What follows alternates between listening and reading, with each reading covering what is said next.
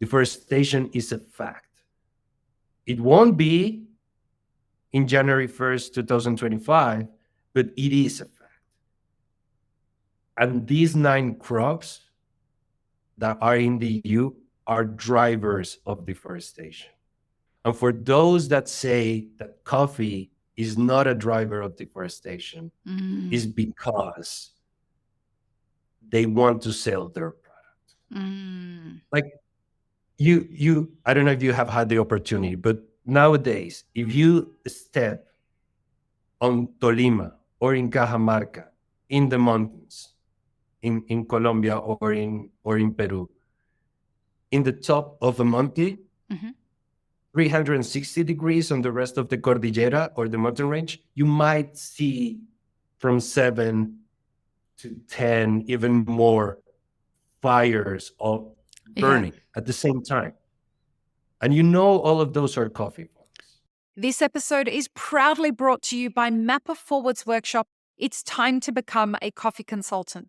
Learn how to diversify your revenue streams and create freedom from your day job while saying goodbye to that alarm clock forever by becoming a consultant within the coffee industry or directly to consumers who have shifted towards home brewing and home roasting. Protect your income from challenging times in the coffee value chain by taking this course today. Go to mapperforward.coffee/workshops or click the link in the show notes for details. Welcome to the Daily Coffee Pro by Map It Forward, friends. I'm your host, Lee Safar, and this is episode 3 of a 5-part series with Pedro Manga from Caravela Coffee. And we're talking about EUDR. And before we get started in this conversation, folks, next week, depending on when you're listening to this, the Mastermind groups are starting. So if you are looking for an environment where you can be around people who are having the same kinds of challenges as you in this coffee crisis, the mastermind groups could be the best place for you to be around people who are trying to solve the same problems as you. So check the show notes, because EUDR is one of those things that people are panicking about. These mastermind groups are starting the second week of October all the way through to the end of the year. So check the show notes or go to our website and mapperforward.coffee/group coaching, and you'll be able to get more information. And I have one other thing to tell you. We are about to make an announcement. So stay tuned to our social media where we're going to announce a new project that's coming up that we're very, very excited about. It's not EUDR. We have Pedro for that. Pedro, is EUDR greenwashing? It's been something that a lot of people are saying on LinkedIn. Is it or isn't it greenwashing? It's not intended to be greenwashing. Okay. But let's say greenwashing enters for the slightest door opening that is there. Everything you do in sustainability or environment, it is an open door for greenwashing. And by itself, it is not green. It works similar to carbon credits and carbon offsetting. The science behind it and the intention of it is not greenwashing. Now, how you do it and how you claim it without evidences and using the hashtag without any responsibility, that's greenwashing. But the regulations by themselves, of course, they're not, as I see them. For those who are not familiar with that term, greenwashing, explain what it is. Greenwashing is claiming without any support, without structured policies or evidence of actions, claiming that you are doing great for the environment, for the people, causing such and such impact in environmentally, socially, or in governance of your communities or your company. When you make those claims without doing the effort, that is what we call, or what the industry or everybody calls, greenwashing. It's like saying that you recycle and then you treat everyone in your business really badly and you waste a lot of water and you have no compliance in your supply chain, to give people an example based on that definition, right? Or you're a vegan socially, but then at home you don't stop ordering pizza and beef hamburger. So that's greenwashing. It's being hypocrite at the corporate level. That's what it is. Fantastic. So now that we're clear on that, where are the opportunities for people to use this for greenwashing? Like, why are people saying this?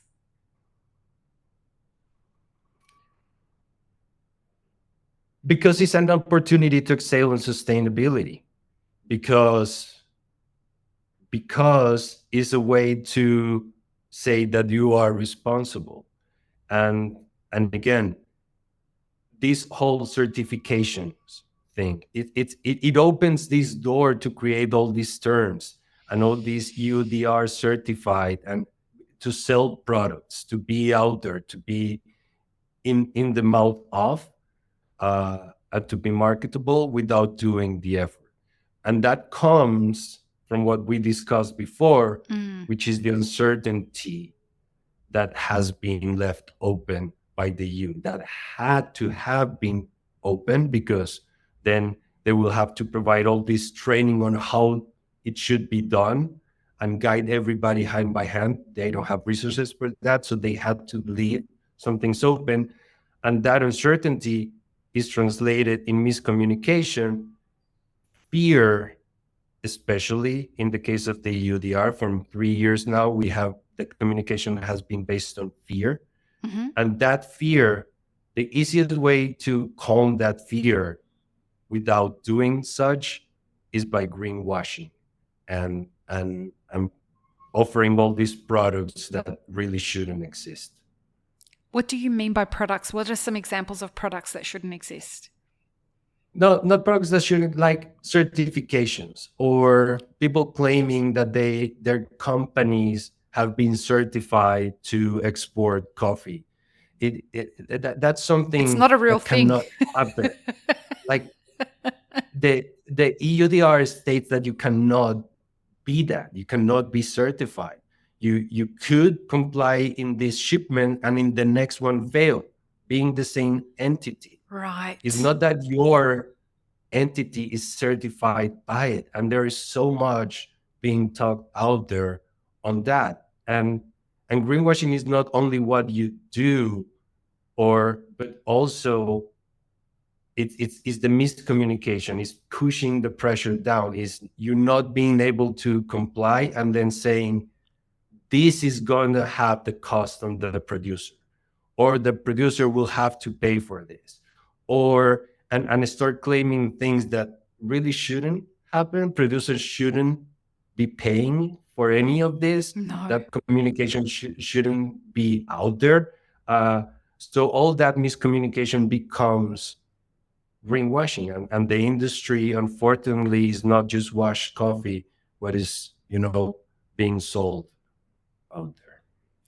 So it sounds like this opens the door for what I like to call trickery and fuckery, where people can manipulate people's ignorance, whether that's the producer or the consumer or other businesses, by saying we are X, Y, and Z, insert greenwashing statement, based on the ignorance of the person who they're saying that to. Is that correct? Definitely. And there are the two extremes, because the operators are there in the mix knowing, but then who's greenwashed is the producer, but also out at of fear. end the one that buys that coffee that was made available. The first client, usually the roaster, is also being offered this. And then, yes, miscommunication, uncertainty causes that in the industry. And I can absolutely see it happening in the sense that we are in a crisis for many reasons across the supply chain. But for producers, they're experiencing drought in the top 7 producing countries. They're experiencing wildfires in Brazil. All the different origins are experiencing multiple layers of challenges at this moment in time. And we're 4 months out from EUDR coming into compliance or coming into effect. On top of that, now they're worrying, how do I make sure, what happens if somebody doesn't want to buy my coffee? I can see that somebody, when prices are as high as they are right now, somebody may come to a producer and say, if you sell it to me for less, I'll make sure that everything goes away. Exactly. He's nodding. For those who are just listening, he's nodding. It is exactly what happens. It's about how you make that coffee compliant. Whether it's through trickery or actual geotagging or photographs from satellites or whatever it is. And it is because the systems are not there yet performed. Like you could buy the coffee in the next farm that is deforested, but you sell it in the neighbor farm. Right. And that there's no way to track that if you're not close to the producer. And that's when it opens the door to greenwash in how you assess that is deforested. So maybe you have a massive amount of producer partners, a big pool, and 30% of them have deforestation, but then you introduce the figure of, I don't know, renovation without evidence. And then what producer does not stump or renovate their crops? So then if you allow them, or you allow for renovation not to be deforestation, then you immediately decrease the amount of deforestation that you have in your producer pool without actually rectifying if that is deforestation or not. So that opens the door to all these different practices that are not truly verifying deforestation. And that opens the door for miscommunication and greenwashing. Because at the end, everybody will comply. At the end, everybody will comply. It's like greenwashing. Yeah. The industry is washed, but nobody We've got to sell the coffee. I am greenwashing. Nobody says that. At the end, everybody will comply. I mean, they have to, don't they? They're going to find a way to get the coffee into Europe if it needs to get into Europe. And if there are ships off the ports for, 15 days just hanging off the port waiting to get into the port, aren't they just going to have to let them through? That's the figure that I would expect that happens, a transition figure. Because look, let's be real, the market is not determined by what Caravela trades. It's determined what other big players trade. And as you said, there are droughts and there is a loss in productivity in many countries in Latin America. Probably in the rest of the world. I'm not close to those regions, but at least in Latin America, the droughts and the loss of productivity is widespread. You have to fulfill the contracts. You have to find. You have to. You have to, and not all the farms are deforestation free. Deforestation is a fact. It won't be in January 1st, 2025, but it is a fact. And these 9 crops that are in the EU are drivers of deforestation. And for those that say that coffee is not a driver of deforestation, is because they want to sell their product. Like you, I don't know if you have had the opportunity, but nowadays, if you step on Tolima or in Cajamarca, in the mountains, in Colombia or in Peru, in the top of a mountain, 360 degrees on the rest of the Cordillera or the mountain range, you might see from 7 to 10, even more fires of burning at the same time. And all of those are coffee farms. Yeah. Burning down their forests so that they can plant more. And that happens all around Latin America. So it happens. Now, if you're able to be transparent and communicate, yes, I do have some producer partners that do have it, but I am looking for those that do not have it to sell to Europe. That's one way to communicate, because that's what happened.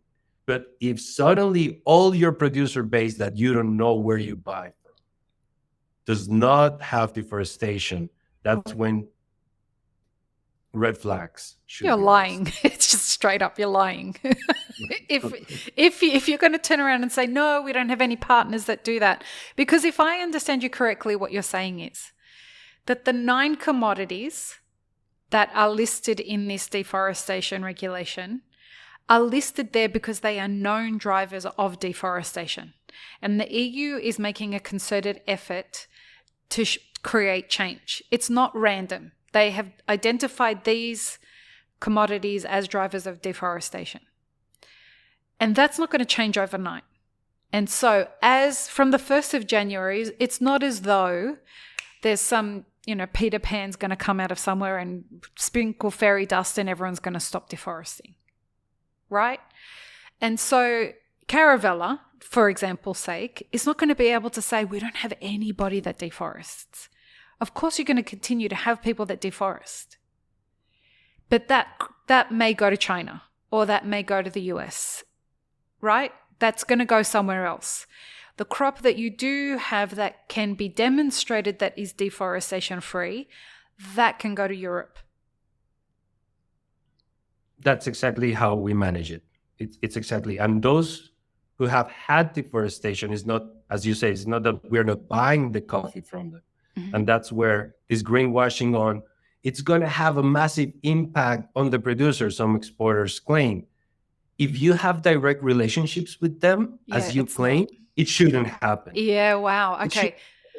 I really appreciate that clarity. When you do not know whom you're buying from, then it has an impact because you cannot buy the coffee.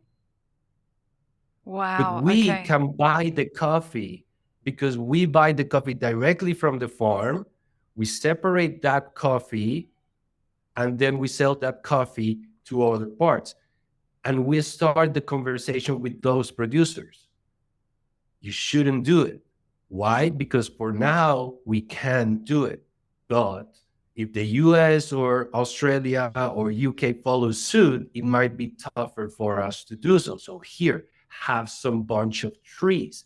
Let's start planting this. Let's measure your carbon footprint. Let's start gathering the evidence that even though you had deforestation, with our technical assistance and help throughout the years, you're doing the legwork, not to reforest, but to mitigate and overcome that damage that you did so that you become compliant or you do not become non-compliant for next regulations.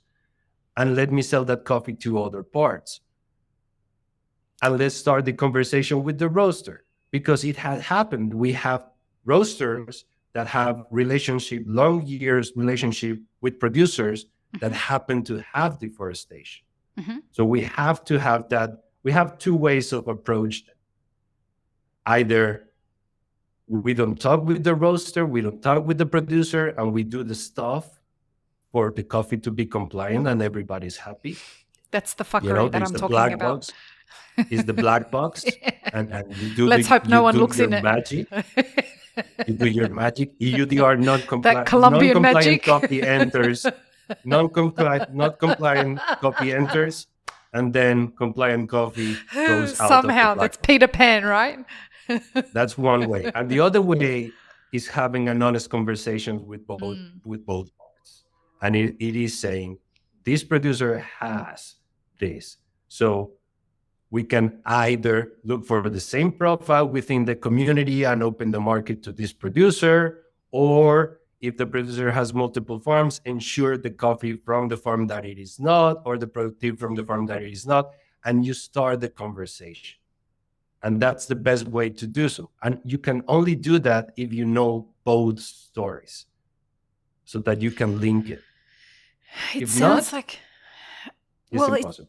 It sounds like this is going to require a lot more accountability from the supply chain if they want to sell into Europe. Not just that, it also feels like a test case for the rest of the world. If EUDR works, I'm telling you now, as an Australian, Australia's going to adopt it. 100%. And if Hopefully. Australia adopts it, if it works in 2 countries, then the US will adopt it because they don't have enough going on right now. You know, they're the virtue signalers of the world. So and hopefully they do adopt a regulation because it worked and had the intended Right. impact, and not because they can greenwash the efforts of the government. Hopefully it goes down. So hopefully EUDR comes in, and then Australia does it better, and then the US does it better, and then they just keep figuring out how to make this so that we do actually reduce the amount of deforestation that's happening in the world, rather than corporations looking for loopholes in that black box that you were referencing before, because that's what we can definitely see. It's the coffee industry. I'm not surprised at all. But let's hope that this actually does have some impact, with enough room for coffee producers still to be able to run their farms in a way that's still coffee farming.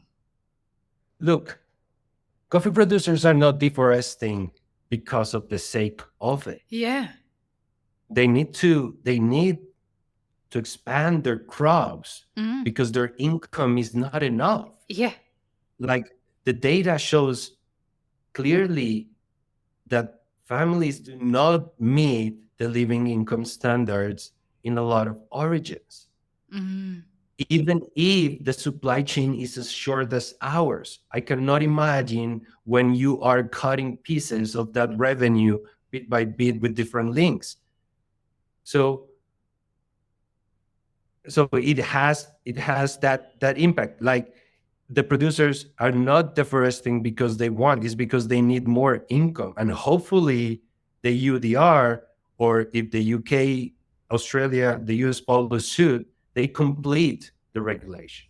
Right. Because the SDG, the Sustainable Development Goal 12, it is called responsible production and consumption. But this regulation is addressing the production, not the consumption. And if there is an equally strong structure directive that states from January 1st, 2025, each Americano cappuccino in Europe costs double, and we will have the systems in place to ensure that the transparency of that double cost is transferred to the producer along the supply chain, then producers receiving twice the income, they might be deforesting half of it. Yeah, that sounds amazing. But it's about the right incentive for the producer.